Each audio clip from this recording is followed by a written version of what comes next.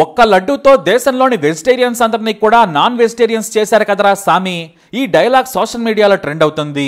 ఇప్పటికే దేశవ్యాప్తంగా ఉన్న హిందువులు బొగ్గమంటున్నారు, జగన్కు వ్యతిరేకంగా నినాదాలు చేస్తున్నారు. లడ్డు అంటేనే భయపడే స్థితికి వచ్చింది పరిస్థితి. ఇక జగన్ మీడియా ముందుకొచ్చి తన వర్షన్ను వినిపించారు. చంద్రబాబువి డైవర్షన్ పాలిటిక్స్ అంటూ చెప్పారు ఆయన. అంతేకాదు పకడ్బందీగా వ్యవస్థ ఉన్న టీటీడీలో కల్తీ జరగడానికి అవకాశమే లేదు, ఎప్పుడో వచ్చిన రిపోర్ట్ను ఇప్పుడెందుకు బయట పెడుతున్నారు, చంద్రబాబు ఈ 2 నెలలు ఏం చేశారని నిలదీశారు. అసలు కల్తీ జరగలేదని, ఇది రాజకీయంగా తమను దెబ్బతీసే కుట్ర అన్నారు జగన్. కానీ నేషనల్ డైరీ డెవలప్మెంట్ బోర్డు ఇచ్చిన ఫలితాల్లో మాత్రం ఖచ్చితంగా పంది కొవ్వు దేవుడి లడ్డీ తయారీకి వాడిన నెయ్యిలో ఉందని తేలిందని, అసలు స్వచ్ఛతే లేదని స్వచ్ఛత పరీక్షలు చేసిన నిపుణులు కూడా చెబుతున్నారు. ఇంకా ఏంటంటే అసలు పాల ఉత్పత్తుల్లోకి బీటా సిటోస్టెరాల్ పంది కొవ్వు ఎలా వచ్చి చేరుతుంది, మొత్తం కల్తీయే. చివరకు కూరగాయల నుంచి తీసిన నూనెలను కూడా కలిపారని ప్రకటించింది ఎన్డీడీబీ. మామూలుగా కూడా కాదు, దారుణంగా ఎక్కువ మొత్తంలో కల్తీ జరిగిందని తెలుస్తోంది. మొత్తం 39 రకాల పరీక్షలు చేశారు. వాటిలో 10 పరీక్షల్లో తిరుపతి లడ్డూకు ఉపయోగించిన నెయ్యి ఫెయిల్ అయిందని అధికారులు విశ్లేషించారు. చాలా క్లియర్ గా జంతువుకు ఉన్నట్లు లినోలేయిక్ లినోలెనిక్ ఆమ్లాల శాతం ప్రమాణాలకు మించి ఉంది. దీన్ని బట్టి చూస్తే మనం జంతువు కొవ్వు అని చెప్పొచ్చు. నెయ్యిలో 99.9% మిల్క్ ఫ్యాట్ ఉంటుంది, కేవలం 0.5% మాత్రమే తేమ ఉండాలి. అంతకు మించి ఏ పదార్థం ఉన్నా కల్తీ కిందే పరిగణించాలంటున్నారు నిపుణులు. అసలు కల్తీ ఎందుకు జరిగిందంటే తక్కువ ధరకు వచ్చిన నెయ్యి తీసుకున్నారు. 1 లీటర్ నెయ్యి 300 నుంచి 400కు అత్యంత నాణ్యమైన నెయ్యి ఇచ్చినట్లుగా వార్తలు వస్తున్నాయి. అంత తక్కువ ధరకు స్వచ్ఛమైన నెయ్యి వచ్చే ప్రసక్తే లేదు. కల్తీ కోసమే క్వాంటిటీని పెంచి ఎక్కువ తీసుకొని పరీక్షలు లేకుండా నాణ్యతను పరిశీలించకుండా యథేచ్ఛగా అక్రమ సంపాదనకు మరిగిన రాజకీయ నాయకులు ఈ కల్తీ చేశారనే ఆరోపణలు వినిపిస్తున్నాయి. ఇక మాజీ సీఎం వైఎస్ జగన్ ఇప్పుడు వచ్చి మీడియా ముందు బాబుని తిడుతున్నారు. మనం రాజకీయాలను పక్కన పెడదాం, లడ్డూ నాణ్యత లేదని భక్తులు గొల్లుమన్నారు.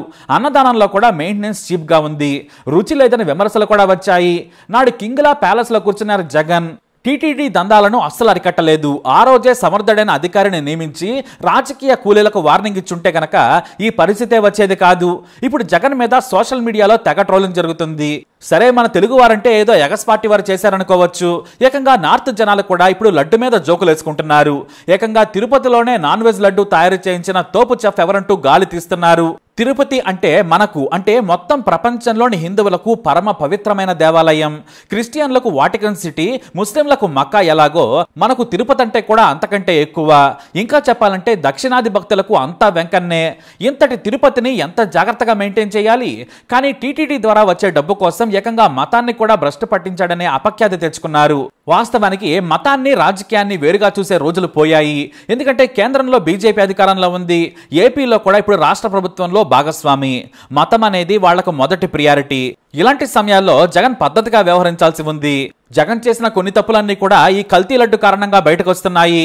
గతంలో కూడా ఇలాంటి విషయాలపై టీడీపీ దారుణంగా జగన్ విమర్శించింది.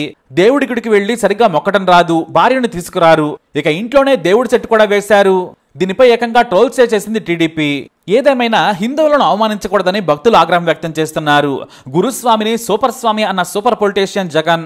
కాబట్టి మతాల విషయంలో సెన్సిటివిటీ ఉండాలి, అంతకంటే భక్తితో మెలగాలి, లేదంటే ఎక్కట్లు తప్పవు. అయితే వైసీపీ నాయకుల వర్షను కూడా మనం వినాలి. ఎందుకంటే ఈ కల్తీ లడ్డు మాదిరిగానే కల్తీ రాజకీయాల గురించి మనం ప్రత్యేకంగా చెప్పుకోవాల్సిన అవసరం లేదు. టీడీపీ సర్కారు 2 నెలల పాటు కల్తీనే రిపోర్ట్ ఎందుకు దాచింది, సమయం వచ్చినప్పుడు ప్రజల దృష్టిని మరల్చేందుకు వాడుకునేలా దాచిపెట్టిందా అనేది వైసీపీ నేతలు చేస్తున్న విమర్శ. ఇప్పుడు వరదలు, స్కీమ్ల అమలు నుంచి జనాల దృష్టిని మరల్చేందుకు ఈ డ్రామా ఆడుతున్నారు బాబు అనేది జగన్ చేస్తున్న విమర్శ. ఇక్కడే ఇంకొక లాజిక్ పాయింట్ కూడా ఉంది. హైదరాబాద్లోని సైన్స్ ఫోరెన్సిక్ ల్యాబ్ అత్యంత అధునాతనమైనది. మరి శాంపిల్స్ ను గుజరాత్ ఎందుకు పంపించారనేది వైసీపీ ప్రశ్న. కాకపోతే డైరీ ప్రొడక్ట్ కాబట్టి ఎక్స్క్లూజివ్ టెస్ట్ మెథడ్స్ గుజరాత్లోనే ఉన్నాయనేది ఏపీ సర్కార్లోని నేతల మాట. కానీ హైదరాబాద్ మోస్ట్ అడ్వాన్స్డ్, ఎలాంటి పరీక్షలైనా చేయగల సదుపాయాలు హైదరాబాద్లో ఉన్నాయి.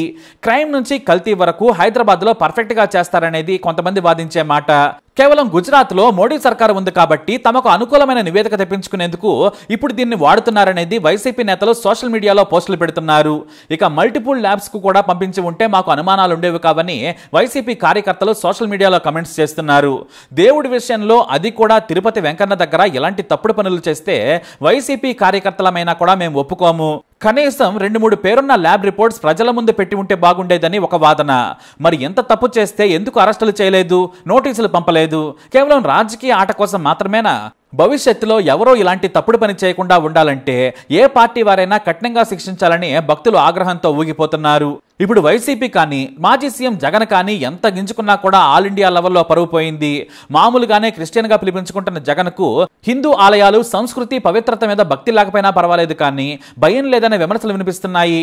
ఇప్పుడు ఎంత విమర్శలు చేసినా కూడా వైసీపీని ఇది ఎల్లకాలం వెంటాడుతుందనేది వాస్తవం. ఏకంగా తిరుపతి వెంకన్నతోనే పెట్టుకున్నారు. నిజంగా పాపం చేస్తే మాత్రం అది వెంటాడుతూనే ఉంటుంది. మరి వచ్చే ఎన్నికల నాటికి కూడా ఈ లడ్డు వివాదం మాసిపోతుందా, లేదంటే జగన్ను లడ్డూ కావాలా నాయనా అంటూ వెంటాడుతుందో లేదో చూడాలి. మరి మీరేమంటారు? మీ అభిప్రాయాన్ని కమెంట్ ద్వారా తెలియజేయండి. వీడియో అప్డేట్స్ కోసం మై ఛానల్ ఫాలో అవ్వండి, అలాగే తప్పకుండా సబ్స్క్రైబ్ చేసుకోండి. అలాంటి పవిత్రత తిరుమల తిరుపతి దేవస్థానంలో పవిత్ర దెబ్బతీసే పరిస్థితికి వచ్చారు. కడాన మీరు ఒకసారి చూస్తే లడ్డు ప్రసాదం నాసిరకం నెయ్యి వాడారు. మీరు వాడతారా అని మిమ్మల్ని అడుగుతున్నా. దేవునికి పెట్టినప్పుడు ఆవు నెయ్యి వాడతారా లేదా అని మిమ్మల్ని అడుగుతున్నా.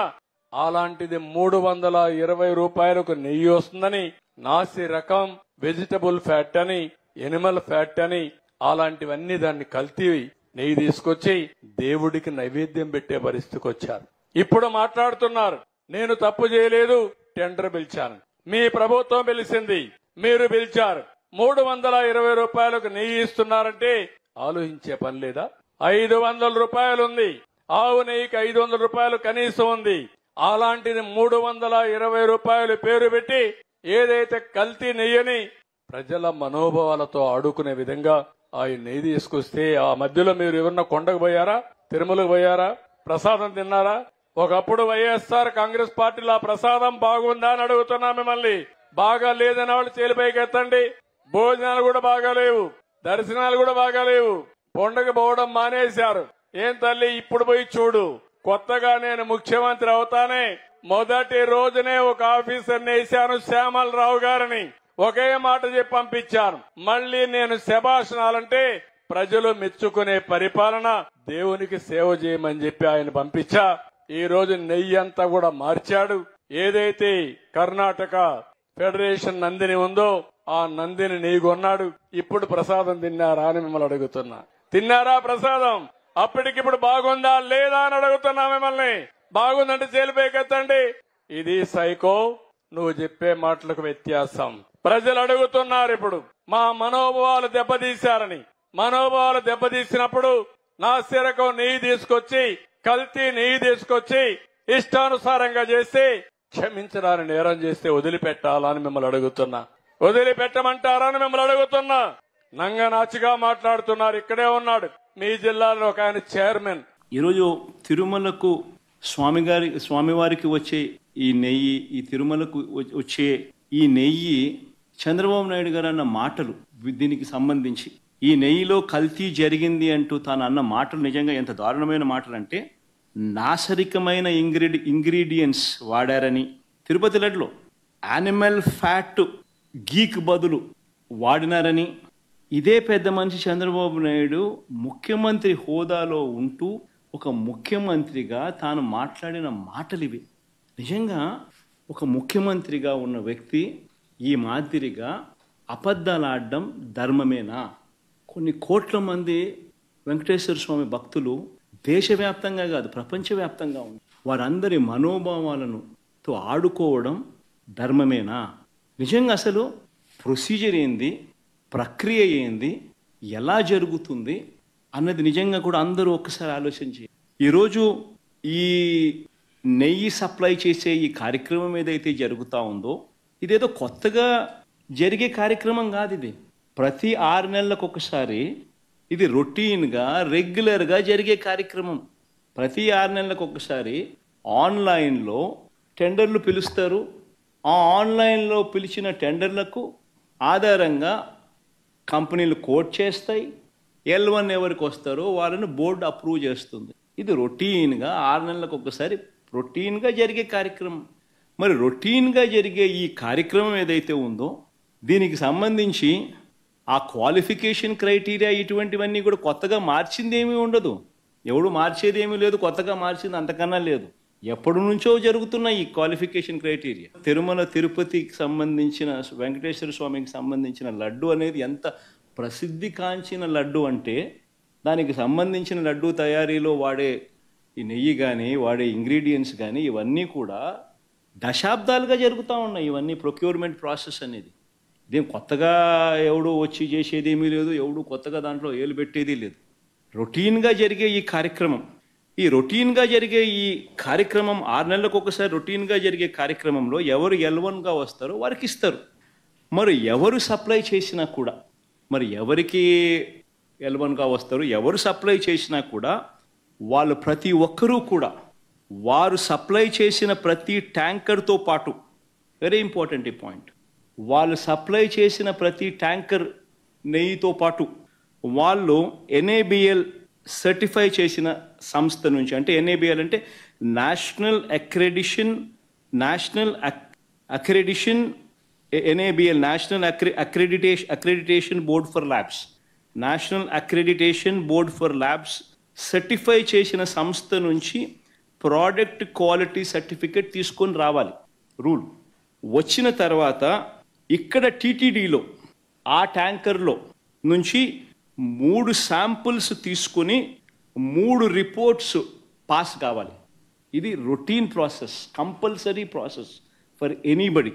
ఈ 3 టెస్టులు పాస్ అయిపోయిన తర్వాతనే ఆ నెయ్యి కానీ ఆ ఇంగ్రీడియంట్స్ కానీ ఏదైనా కూడా ప్రసాదంలో వాడడానికి TTD వాడకంలోకి తీసుకుని వచ్చేదానికి బండిని ముందుకు పంపిస్తారు.